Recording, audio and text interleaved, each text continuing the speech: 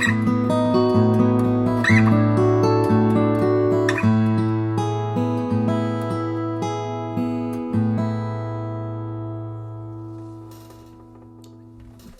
hello there. I'm Roger coming to you from Brick House Guitars in Kitchener, Ontario, and I am excited today to be in conversation with Michel Pellerin right from his shop, and we're going to be talking about this amazing folk C guitar that underwent a mind-boggling transformation. So let's learn all about it with no further ado.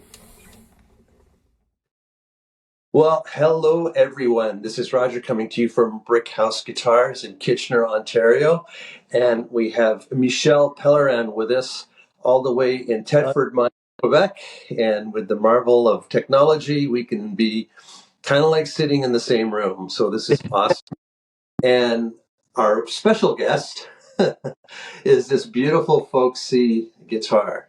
And I have to say, it's kind of mind-boggling what you've done with this instrument. Um, I just can't imagine how you've pulled this off. And I've seen now you've sent me photographs of the process. Yeah. Of actually, literally taking this guitar almost completely apart and rebuilding it and revoicing it to your present level of understanding and expertise. So originally, this guitar was built, it's a folk C model, and it was built in 2008. That's correct? Yeah, exactly. And I can see that it's serial, basically number 55. So Yeah. that's what, almost, you're now like 200 guitars plus later, right? 250. So I made 200 guitars since this one.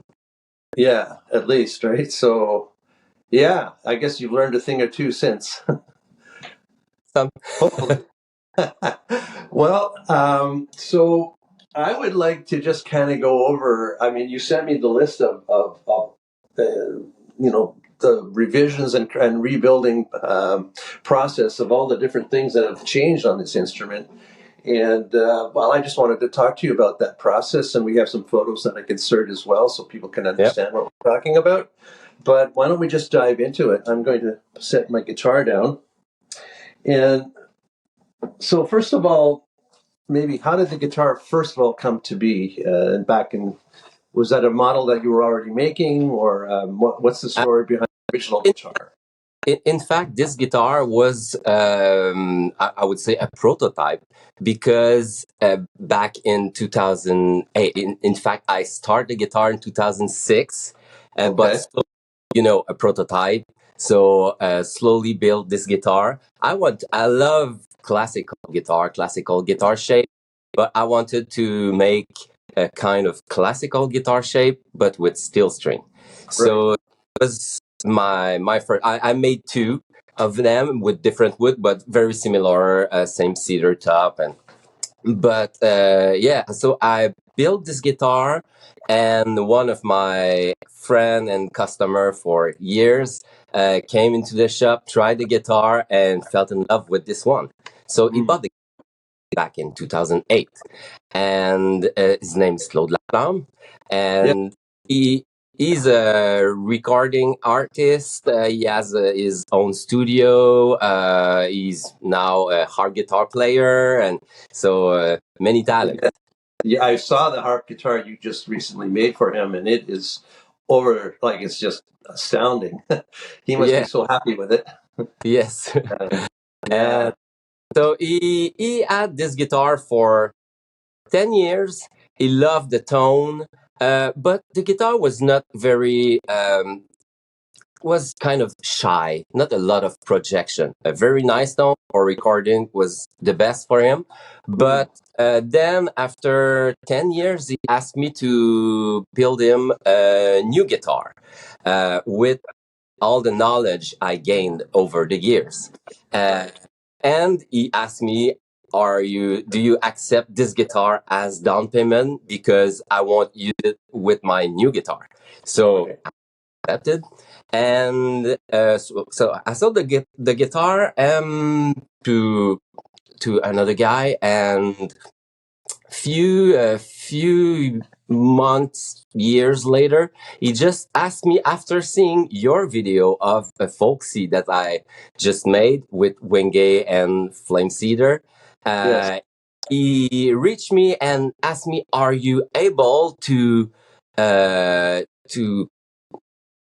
change a little bit the guitar?" Or so I tell him I can revoice the guitar, but it's not just one thing. I have to revoice entirely the guitar to change to meet all the things I gained over the year, the knowledge and everything. So he accept. So send me the guitar. He sent the guitar, and I take it like a personal challenge to Yes. take a guitar from 2008 and reach the level I gained over the years to reach like I have now in 2023. Right. So yeah, Wow. Yeah, I know. It must have been so exciting, and even like going back and dissecting the work that you did so long ago, and realizing like I'm sure most of it was like, wow, I was doing pretty good work back then, but but and then realizing like all of your improvements too, like there's sort of the living proof of this is where I was and this is where I am now, and that must yeah. be just a really kind of exciting experience too to experience that, right? And Um, um, you know the expression, while I'm here or while I'm there, I will do this or I will do another yeah, thing. So yeah, when I opened the back and seen everything, I wanted to change yeah, everything. yeah. But you uh, I don't have the same level now that I had back then. So Right. 10 years Yes. or so, Yeah. but I did a lot of improvement Uh-huh. uh, regarding the bracing, regarding I removed some weight, unuseful, just Right. to to have the guitar Yeah. lighter. The big challenge is to work inside a guitar with sides and to carve and to remove the brace, glue new braces on, and everything was a challenge at every step. Well, I have a because the list is long, so I can't remember it. But I'm just going to kind of go down the list, and maybe you could comment on these items. So you redid the top bracing with Yeah. Adirondack. So what was it originally? Was it it was It was a mix of Sitka spruce and white spruce. okay, but you left the X brace and the Yes, transmain first bar. I Okay. just reshaped it. Okay. Um, and then you say you thin the plate, so I'm assuming both top and back. You did some Yes, thinning. but I Right. have two different way to do it because the back, I just stripped the brace of the back. I stripped everything, and Completely. to be able to flex it to meet my deflection test, and then Okay. I changed. It was a four brace Yeah. made of Adirondack spruce, but I changed it Yeah. to three brace in cedar, and so I just Right. literally Well, I know now by having had several of your guitars in the shop that the back of your guitar is very, very crucial to the overall sound and performance level of your guitars. The back is a plate that's generating so much of the tonal characteristics, right? yeah, So they I are. can see why you're thinking about, well, oh boy, this needs to be completely rebuilt that way. Now, I'm curious to get all those. Did you work with hide glue back then? And so was that make it easier to No, back then, I was using mostly Tide Bond at that so how time do you get all these things apart? with patience, but mostly just carve until you reach the top. Okay. Wow. And and So when it was like very thin, it was easy with an iron just to remove. But I had to just strip down the carve down the brace. right. Wow. That's Wow. Okay. And so then there's a new bridge, you say. So the bridge is African blackwood. Was that what it was originally? And obviously there's a whole new shape. And there's something that I find interesting. You I say was I weight was and measurement. yeah, I was just tired of this shape, and I wanted to put my new bridge shape, but because the shape is different, it connects to the bracing inside differently. Uh, Right. and the way it's shaped and the weight is really important for the sound of a guitar. If you want a guitar with more sustain or a guitar with a quick response, the bridge won't be the same.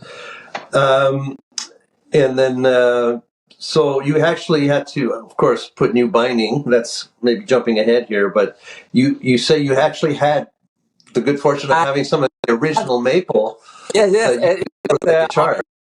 it was already bent, sitting on the shelf for No, 15 years. So I just look at it, and say, it's the same. So it's the thing. Oh my word! Like what are that's like I don't know. That's yo, kind of spooky, that was actually. a real love. That was Yeah. a real Wow. That's when you know the project is meant to be, right? yeah. Yeah. Lovely. Um, also, I don't know if you've listed it here, but I noticed you rebuilt the bridge plate too. Um, Oh yeah, but it's part of the bracing, the top bracing. yeah. At the time, I was using maple, Yeah. but now I'm using more and more Paduke Okay. for plate. Right. And it's a different shape too. It fills sort of that whole Yes, triangular area. Yeah. a little Great. bit bigger, thinner but bigger. Uh, Yeah. yeah, Excellent. So then you're saying weight removal at specific areas. So you kind of, I guess you were doing your deflection tests, and that'll be another yeah, video maybe today. But yeah.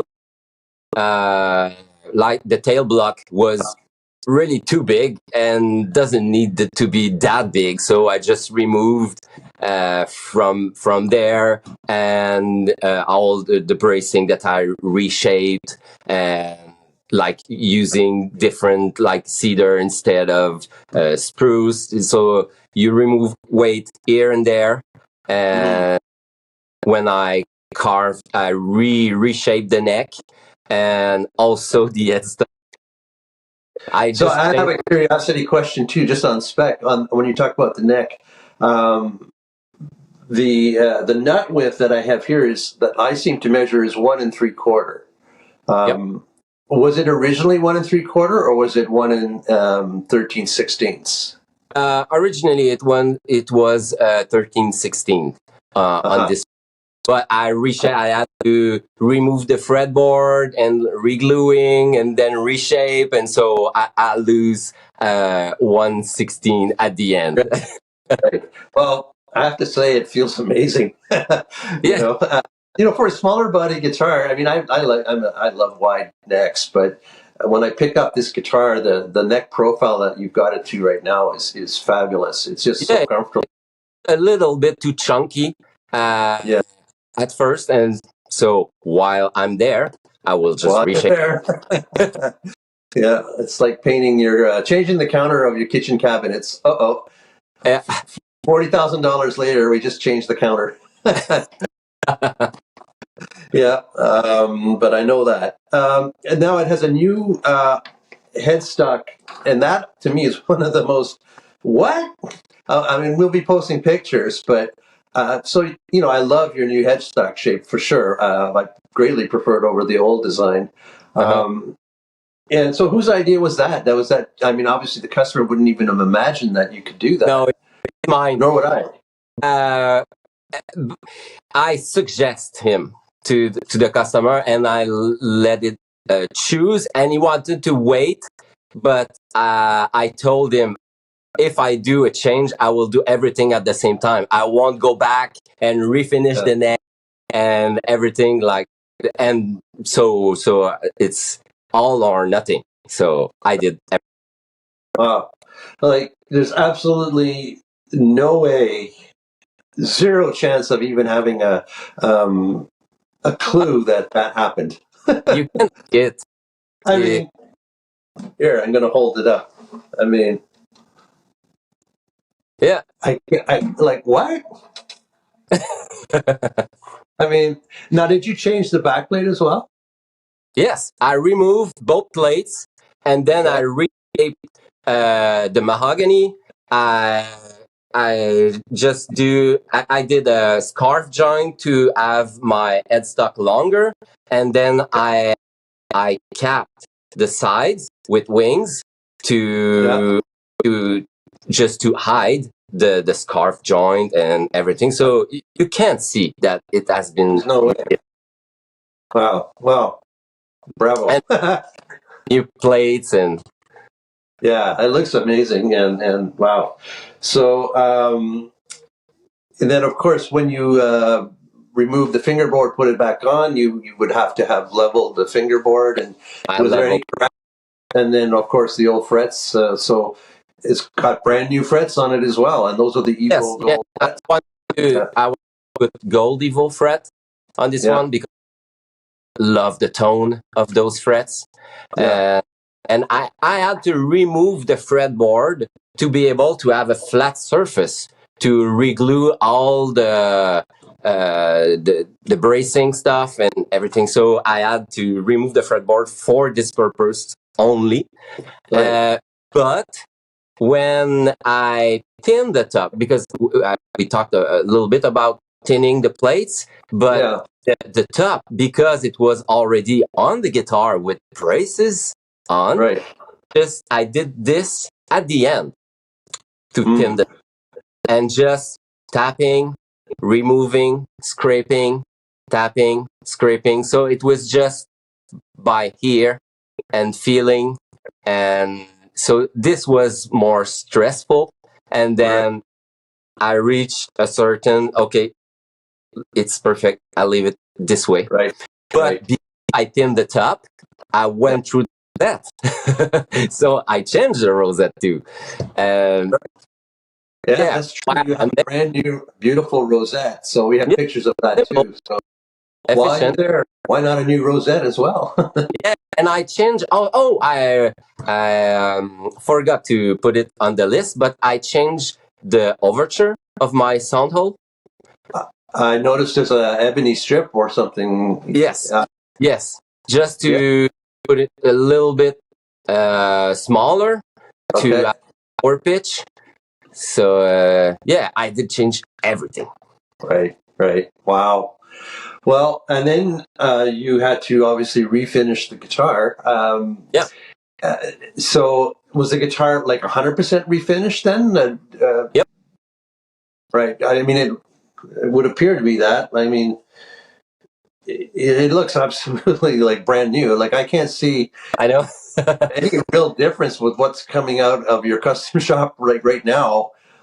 Fit finish. It's literally, to me, you would have fooled me if you brought that to a guitar show and said, "This is my latest creation." Yeah, It is that stunning, and like who would have thought that? Wow, this guitar went from, and we will be posting pictures from, guitar number 55 to essentially now you could almost give it a new serial number in a sense, right? Like, I I could, but no, no, like, you know what I'm it's saying? It's a completely different instrument, and it it, reflects it fully, in my opinion. Playing it, I mean, what I see and hear, I'm experiencing, every bit what you're building now. How did you feel about the final result when you got it strung up and I was I was completely amazed, and I was happy that I trust my feelings and to just the first time I just put the string on, I said, "Oh wow, okay, that's it." That's right? it. Wow. Yeah, So, it yeah, was just a challenge, and we did it. You did it. Well, you did it marvelously. And so I guess I won't keep you too long on this, but maybe one sort of question that I'd like to ask throughout this entire process, what is the number one thing that you feel has dramatically changed over the time? Like, I mean, I'm sure your woodworking skills and all of that stuff, but what would you say is the most radical, like, you know, in your evolution and in your growth as a luthier? The What is the most important thing that you've learned along the way here that you were able to bring to this instrument? the comprehension of the system, how everything worked together. And so at that time, I was, even if it was my 55th guitar, it was like a trial and error, and but building mostly following a plan and then trying to tweak here and there. But it's when I went to the Irvin Somaji voicing class back in 2011 that I just understand all the function of the braces connected to the bridge, connected to here and there to make an whole ensemble, an whole system. Mm, So that was the main difference. gotcha. Well, I can certainly hear it in your instruments. The instruments do, you know, I have the pleasure of having one at home, play it for an hour or two every day, and I just marvel at how that the whole guitar, right up to the tip of the headstock, has something to add to the overall tone and sound of the and responsiveness of the instrument. So wonderful. Well, yeah, I think we can end on that positive note, and we'll be posting some pictures and stuff, as I mentioned, along with this video. And we hope that you, the audience, found this interesting. And if you have any interest in this wonderful instrument, please don't hesitate to get in touch with us at Brickhouse Guitars. Thank you, everyone, for watching. Thank you, Michel. Thank you.